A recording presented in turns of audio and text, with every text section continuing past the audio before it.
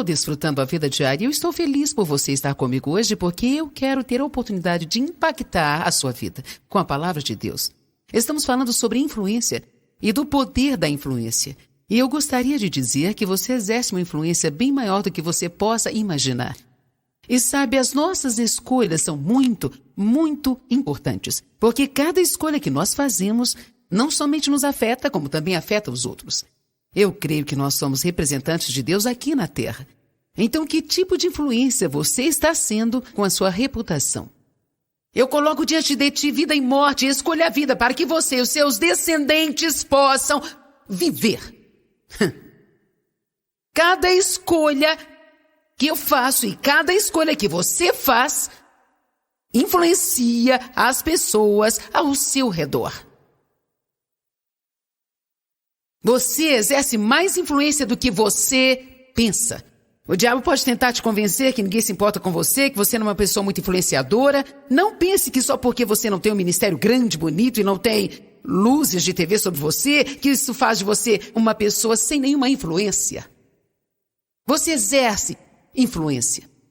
É possível que você influencie uma só pessoa na sua vida, mas e se você influenciar essa pessoa de uma forma bem positiva e essa pessoa influenciar 1 milhão de outras pessoas? Vamos pensar no professor de escola dominical do Billy Graham, que o levou para o Senhor. Que grande influência, amém? Nunca diga, bem, eu sou apenas uma mãe, eu sou apenas uma dona de casa. Se você tem 2 filhos, ou 1, ou 3, ou 4 filhos, pense na influência que poderia ter sobre suas vidas e no que Deus pode acabar fazendo com cada um deles. Você tem influência. Influência é o ato ou poder de produzir um efeito sem a intenção aparente. Ou seja, é o que acontece às pessoas só por estarem ao nosso redor, quando nem sequer estamos tentando influenciá-las ou não, e simplesmente elas estão ao nosso redor, estamos fazendo o que sempre fazemos e elas são influenciadas pelo que fazemos. Saiba que quando você não paga suas contas em dia, isso influencia os seus filhos e eles crescerão e não pagarão as suas contas em dia. Se você tiver cobradores te ligando o tempo todo, eles crescerão e terão cobradores ligando para a casa deles também, porque estão aprendendo a lidar com o dinheiro ao ver você lidando com o seu. O Dave sempre foi muito bom com dinheiro e sempre paciente para economizar, para comprar o que queria. E nunca dependeu de favor, de cartões de crédito ou de comprar e pagar depois. Isso não significa que nunca fizemos isso, porque como qualquer outra mulher, eu tinha uma pequena influência sobre ele e eu não era paciente. Mas mesmo quando o Dave era muito jovem, 14, 15, 16 anos, ele trabalhava e economizava e guardava nas suas meias numa gaveta em sua casa. Então nós sempre falamos para ele que ele tem as suas meias no ministério e por causa de sua paciência e habilidade em lidar com o dinheiro sabiamente, nosso ministério nunca precisou gastar um único centavo com juros. Nos 20 anos de ministério nunca gastamos nenhum centavo com juros, nenhum sequer. Você tem ideia? Você tem ideia de quantos dólares puderam ir diretamente para o ministério porque nós não precisamos gastar dinheiro nenhum com juros? Eu não quero dizer que eu menosprezo algum ministério que tenha pedido empréstimos, mas eu só estou dizendo que ele tinha um dom e a habilidade nesta área. Eu não me lembro de nenhuma vez o Dave tentar pregar sobre dinheiro para os nossos filhos. Eu não me lembro dele ter sentado e dito, hoje nós teremos um seminário de como lidar com o nosso dinheiro. Mas todos os nossos 4 filhos já crescidos lidam muito bem com o seu dinheiro e eles pagam suas contas em dia. Eles não estão sempre por aí correndo atrás de pegar emprestado com alguém. Eles sentem muito fortemente a respeito de dízimo, de ofertas e de fazer a coisa certa com o seu dinheiro. E eles atribuem isso ao Dave. Simplesmente porque eles viram como ele lidava com o dinheiro. Você está entendendo o que eu digo? Não tem muito a ver com o que nós pregamos e o que dizemos, mas tem a ver com o que fazemos. Minha mãe estava sempre arrumadinha em sua maneira de vestir-se. E por causa disso, eu sempre fui do mesmo jeito. Minha mãe acordava todos os dias, penteava o cabelo, passava maquiagem, vestia uma combinação de roupas bem decentes, mesmo se ela estivesse indo limpar a casa apenas. Era assim que ela fazia. E sabe, eu nunca planejei fazer isso. Eu não tenho uma faixa dizendo, acorda e vista-se. Eu simplesmente faço isso. Eu me aventuro a dizer que em toda a minha vida, a não ser que eu estivesse doente, eu consigo me lembrar apenas de 2 dias da minha vida em que eu fiquei de pijama o dia inteiro, não usei maquiagem nenhuma e nem penteei o cabelo. Eu não estou menosprezando ninguém que faça desse jeito, não é isso que eu estou falando, mas eu estou dizendo que eu segui o exemplo dela, sabe? Eu nem reconhecia plenamente que tinha recebido essa influência dela. Seus filhos vão acabar fazendo muitas das coisas que eles veem você fazer e você acabará não gostando deles por causa das coisas que você os ensinou a fazer. Meu pai, por outro lado, também teve uma grande influência na minha vida. Ele era nervoso, controlador, manipulador. Ficava chateado toda vez que as coisas não eram do seu jeito. E eu comecei a me tornar igualzinho a ele. Mas Deus trabalhou comigo e eu venci isso. Nós estamos tendo uma grande influência sobre as pessoas. É maior do que possamos sequer imaginar. Alguém pode dizer amém? Uma coisa que influencia as pessoas mais do que tudo são as nossas palavras, nossas atitudes, nossas ações e comportamento. E as nossas escolhas. Cada escolha que fazemos, cada palavra que nós falamos, cada atitude que nós temos. Eu creio que nós podemos ensinar os filhos a ficarem calmos frente às adversidades, só de ficarmos calmos frente a elas. Mas se eles virem você ficar chateado toda vez que alguma coisa sair errado, eles também ficarão chateados toda vez que algo sair errado. Amém? Sua vida é uma mensagem. Queria que fosse uma mensagem do céu, mas é só um pedaço de papel.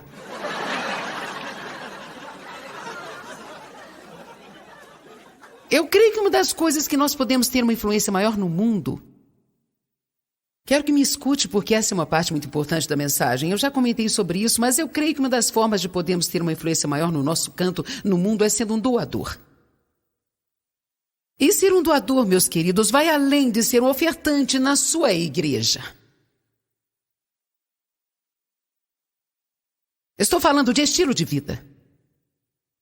Não seja o tipo de pessoa que vive se perguntando o que as pessoas vão te dar, ou o que você pode conseguir.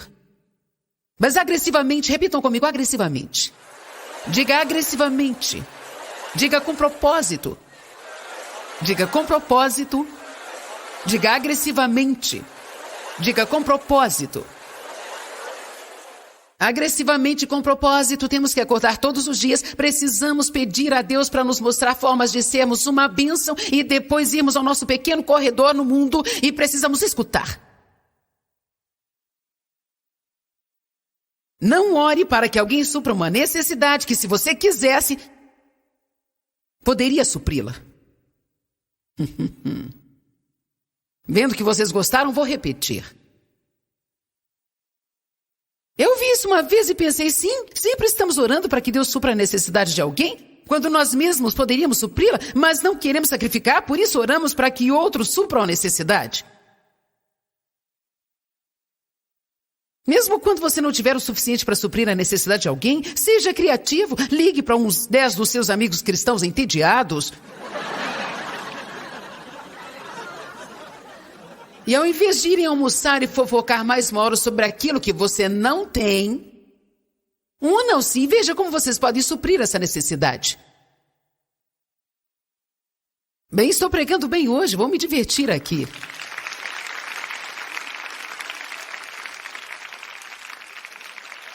As pessoas aprenderam muito sobre a natureza de Deus ao observar o seu estilo de vida amável e doador. Você não precisará pregar, suas ações são uma pregação. Um certo homem disse, pregue em todo o tempo e, se necessário, use as palavras. Uma das mulheres que trabalha conosco agora, quando eu a encontrei, provavelmente há uns 10 anos atrás, eu fui ao seu salão para arrumar o meu cabelo. Me sentei na cadeira e eu não sabia que estava deixando-lhe impaciente porque era uma pregadora e ela vivia um estilo de vida ruim. Eu fui apenas gentil com ela, só fui legal e agradável. Eu não a condenei por viver com seu namorado, não a condenei por ter o entretenimento de participar de jogos, não a fiz sentir-se culpada pela minha tão aclamada espiritualidade. Eu orei por oportunidades e quando Deus abriu uma porta, eu dizia coisas para ela. Um dia eu disse para ela, deixa eu te fazer uma pergunta, você se sente bem morando com seu namorado sem ser casada com ele?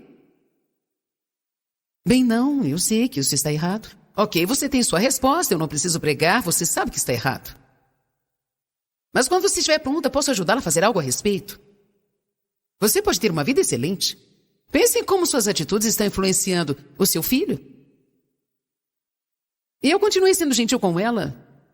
Eu levei um casaco para ela, ela ficou muito admirada nesse dia. Eu lhe dava boas gorjetas e eu lhe dava um cartão presente de vez em quando para ela comer fora. Eu queria ajudá-la. E demorou 2 anos. Algumas vezes você precisa estar disposto a investir algum tempo. Então demorou 2 anos. Eu a convidei para uma conferência. Ela veio e ficou muito espantada porque ela nunca tinha presenciado aquilo e ela tinha um monte de perguntas quando eu voltei lá. Gente, eu senti uma coisa que nunca senti antes. Nossa, foi demais, eu não sei o que foi aquilo. Eu senti uma coisa, um calor.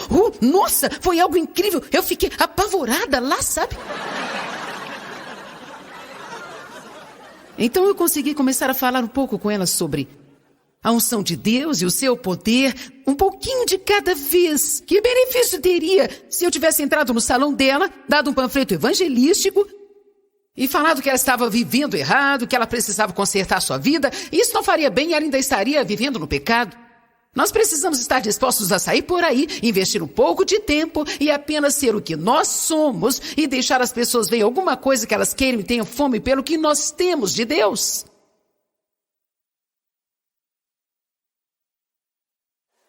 Ela agora trabalha para mim. Eu tive o privilégio de celebrar seu casamento. Seu filho frequenta a igreja 3 vezes por semana.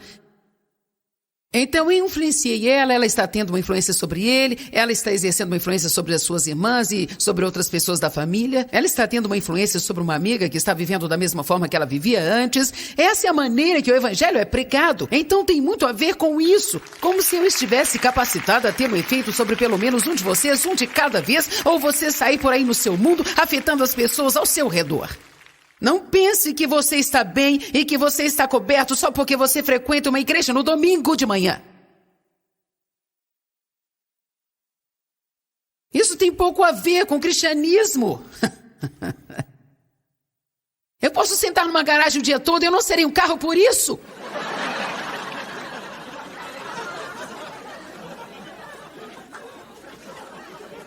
Tem pessoas que frequentam a igreja 3 vezes por semana e não necessariamente isso significa que estão agradando a Deus ou estão fazendo algo frutífero com suas vidas ou que estão tendo uma influência positiva sobre outra pessoa. Para falar a verdade, algumas são como eu era antes. Eu estava fazendo um monte de coisas. Trabalhando na igreja, o Dave era líder, estávamos no comitê de evangelismo, dávamos todos os dízimos, e eu posso te dizer agora mesmo que eu estava a caminho do céu, mas não estava levando ninguém comigo. E o mais assustador é que eu estava mantendo algumas pessoas de fora. Esteja no meio do seu mundo e seja um doador. Encontre necessidades para suprir, pequenas ou grandes. Sacrifique para supri-las e com o melhor que você puder, sem fazer nenhum barulho, faça algo. Faça isso sem deixar para as pessoas o sentimento de que elas te devem obrigação e te devem alguma coisa. Amém? Não faça algo por alguém e depois de 10 minutos peça para ela ir à igreja com você no domingo. Porque elas poderão ir por obrigação. Você pode pedi-las, mas eu esperaria um período de tempo para que elas não se sintam como se estivesse tentando comprá-las.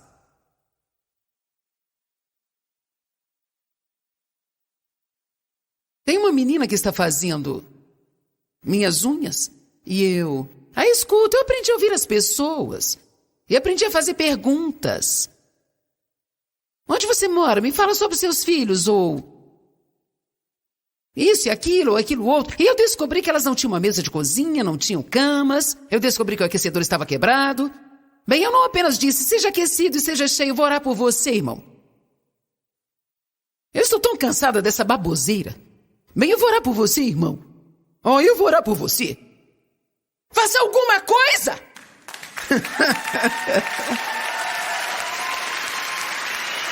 Tem o tempo de orar, mas tem o tempo de termos ação. Bem, sabe, se eu tivesse mais dinheiro, eu poderia te ajudar. Não, faça algo com o que você tem agora. Sacrifique um pouco e não compre para si aquele brinquedo novo que você ia comprar, talvez para usar nesta estação. Semeie uma semente e veja que Deus te dará mais do que você jamais poderia alcançar. Amém? Seus filhos e as pessoas que estão ao seu redor observando você ser um doador ficarão impactadas As palavras eu te amo são vazias quando não existe ação para apoiá-las. Abre em Gálatas 6:10. Que tipo de influência você está tendo no seu mundo? Será que você está deixando as pessoas com sede para ter um relacionamento com Deus apenas observando a sua vida? Alguns pensam, eu vim aqui receber uma bênção não para receber no sermão. Querido, você não sabe o tipo de bênção que eu estou tentando te dar agora. Você não tem ideia de como a sua vida poderia mudar se você simplesmente superasse a si mesmo. Gálatas 6:10 trouxe uma grande mudança de vida para mim. Eu sempre leio o versículo 9. Não canseis de fazer o bem, porque em tempo oportuno colherás se não desfalecerdes. E eu estava prestando mais atenção a se eu não desistir, eu colherei.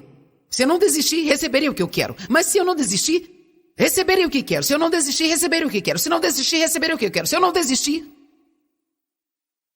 Mas eu nunca prestei atenção no não vos canseis de fazer o bem. Eu até prestei atenção ao não vos canseis, mas eu não prestei atenção o suficiente para fazer o bem.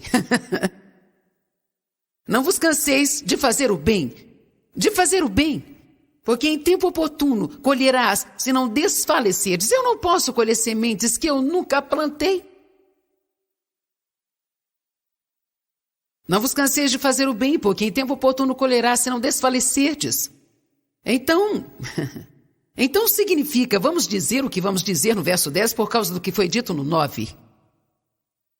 Então, quando uma oportunidade, uma ocasião nos for dada, façamos o bem moralmente para todas as pessoas, não somente sendo útil e agradável para elas, mas também fazendo o que é bom para o seu bem espiritual. Agora veja isso. Preocupem-se em ser uma bênção, principalmente para aqueles da família da fé, aqueles que pertencem à família de Deus com você, os cristãos. Então, preocupem-se significa ocupe a sua mente completamente com maneiras de você ser uma bênção. Comece com os cristãos, mas não pare por aí. Outros cristãos que você conhece são a sua família. Eles são irmãs e irmãs em Cristo. Amém? Aleluia. Nosso filho foi numa igreja outro dia para votar e eles tinham uma faixa que estavam juntando latas vazias para vender, para comprar um bebedouro para a igreja. Ele me ligou e perguntou, podemos comprar um bebedouro para eles? Bem, eles não são da nossa denominação, na verdade são daquela igreja que me expulsou.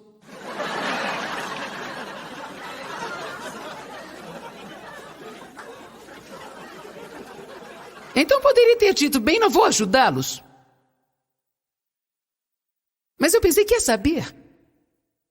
Eu estou tão grata que eu não precise vender latinhas para o meu escritório. Então a melhor coisa que eu poderia fazer é responder a essa necessidade dizendo, ei, nós ficaríamos felizes em comprar um bebedouro para vocês. E dessa forma nós podíamos ser uma bênção para aquela denominação que me expulsou da comunhão tão educadamente assim, ó.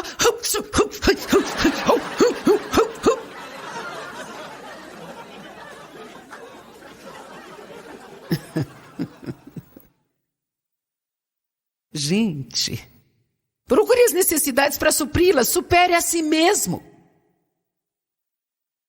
Eu provavelmente prego essa mensagem de alguma forma uma vez a cada 2 meses e não pretendo me calar porque esse é um dos maiores problemas que nós temos. Quantos concordam comigo que você não estaria infeliz se parasse de pensar apenas em você? Não estou falando a verdade? Você não ficaria infeliz?